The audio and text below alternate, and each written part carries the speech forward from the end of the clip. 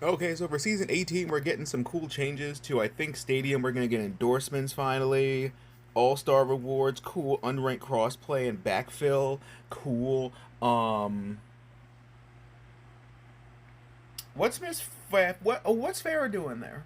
I thought it was Sojourn. So everybody complained, which rightfully, I guess, rightfully so, whatever. But I mean,